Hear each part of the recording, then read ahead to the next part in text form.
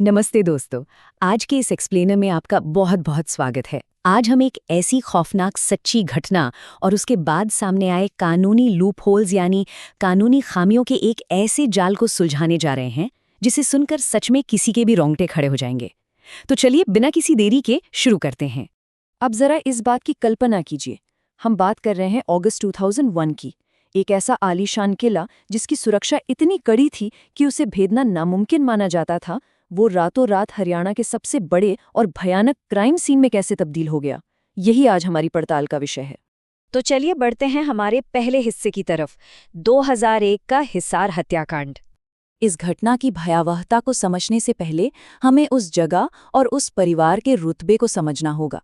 पूर्व विधायक रेलूराम पूनिया ने अपनी जिंदगी की शुरुआत एक ट्रक क्लीनर के तौर पर की थी, लेकिन अपनी मेहनत से उन्होंने जमीनों और फैक्ट्रियों का एक ऐसा साम्राज्य खड़ा कर दिया कि पूरे हरियाणा में उनकी इस हवेली के चर्चे थे। मतलब आप उनकी दौलत का अंदाजा इसी बात से लगा सकते हैं कि उनका घर इतना आलीशान था कि गाड़ियां रैंप से होते हुए सीधे दूसरी मंजिल के बेडरूम तक जाती थीं।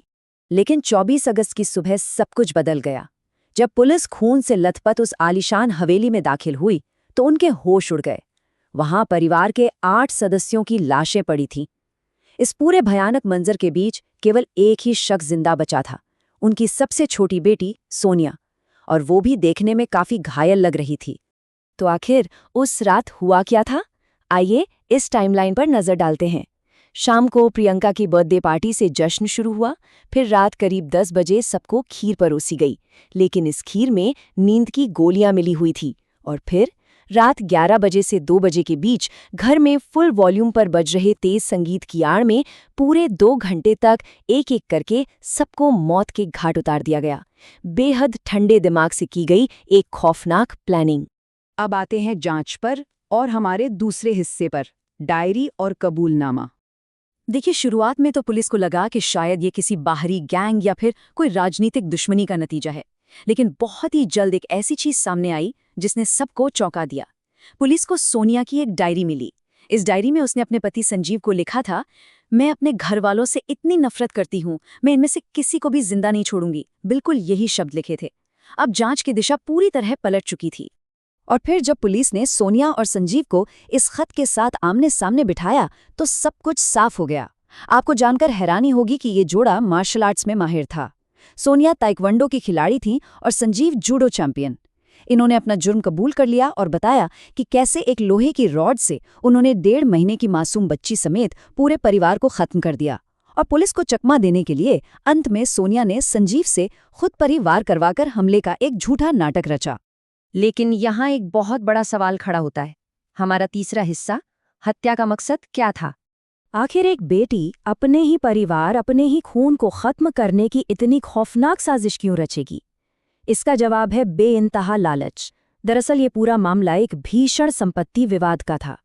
सोनिया अपने पति संजीव के नए बिजनेस के लिए परिवार की 50 एकड़ जमीन बेचना चाहती थी, लेकिन सोनिया का भाई सुनील इस पुश्तैनी जमीन को बेचने के सख्त खिलाफ था।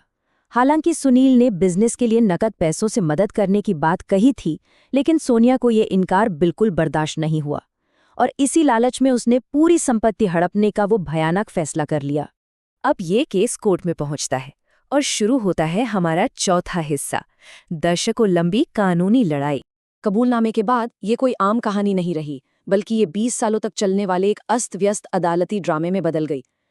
यहाँ सबसे दिलचस्प बात यह है कि कैसे कानूनी दांवपेच और देरी ने असल में इन दोनों की जान बचा ली।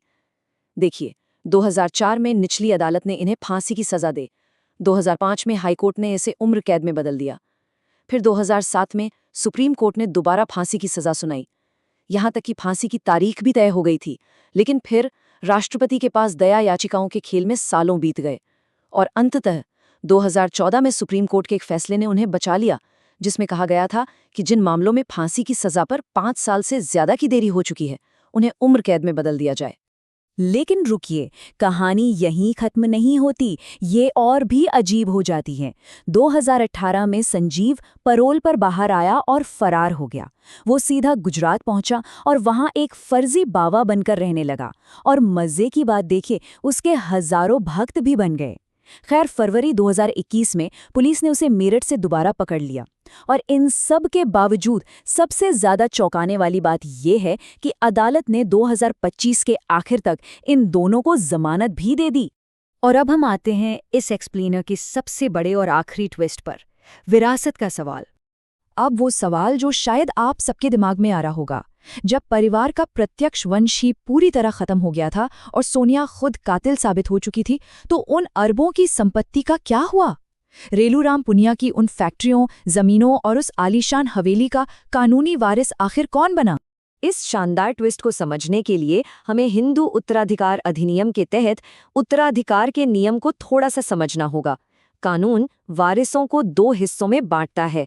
पहले होते हैं फर्स्ट क्लास हेयर, यानी प्रथम श्रेणी के वारिस, जिसमें सीधे वंशज आते हैं जैसे बच्चे या पोते। और दूसरे होते हैं सेकंड क्लास हेयर, यानी दूसरी श्रेणी के वारिस, जिसमें आपके विस्तृत परिवार के लोग जैसे भाई या भतीजे आते हैं। अब देखिए खेल कैसे पलटता है। चूंकि अदालत की नज़रों में रेलूराम का कोई सीधा वारिस नहीं बचा था, इसलिए वो अरबों की संपत्ति उनके भाइयों को मिल गई जो सेकंड क्लास हेयर थे। लेकिन एक बहुत बड़ा लेकिन है यहाँ। सोनिया का एक बेटा भी है जो हत्या की उस रात वहां मौजूद नहीं था। तकनीकी और कानूनी तौर पर वो लड़का एक फर्स्ट क्लास हेयर है। जी हाँ, इसका मतलब है कि वो लड़का आज उस पूरी संपत्ति पर कानूनी रूप से अपना दावा ठोक सकता है, क्योंकि कानून की नज़र में वो वर्तमान में संपत्ति रखने वाले भाइयों से रैंक में काफ़ी ऊपर है। तो अंत में हम सब इस एक बहुत ही गहरे सवाल के साथ इस एक्सप्लेनर को ख़त्म करते हैं। क्या अपने ही परिवार का नामो निशान मिटाने वालों का बेटा कानूनी तौर पर उसी हवेली को वापस पा सकता है जिसे उसके माता पिता ने एक कब्रिस्तान में बदल दिया था?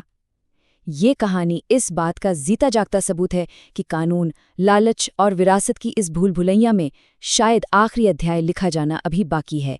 आज के लिए बस इतना ही। जुड़ने के लिए शुक्रिया।